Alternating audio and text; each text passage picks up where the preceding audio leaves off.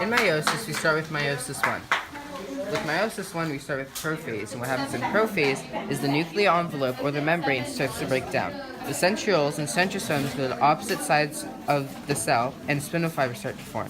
The homologous chromosomes inside the nuclear envelope go through a process of crossing over, where the ends of the chromosomes swap legs. In metaphase, the spindle fibers attach to the centromeres of the chromosomes and start to line them across the equator.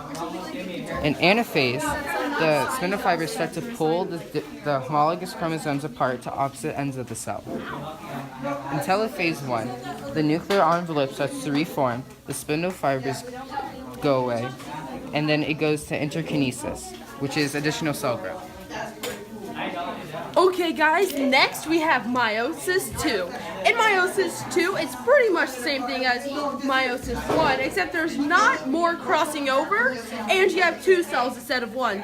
So again, to start out with, you go with prophase 2. In prophase 2, the nuclear envelope, also known as the nuclear membrane, starts to deteriorate and break down. Then spindle fibers start to form, and centrosomes start to go to the opposite sides of the cell. Next, we have metaphase 2. In metaphase 2, the centrosomes, the chromosomes, start to go into the equator of the cell because that is where the spindle fibers are pulling them. Next, we have anaphase 2.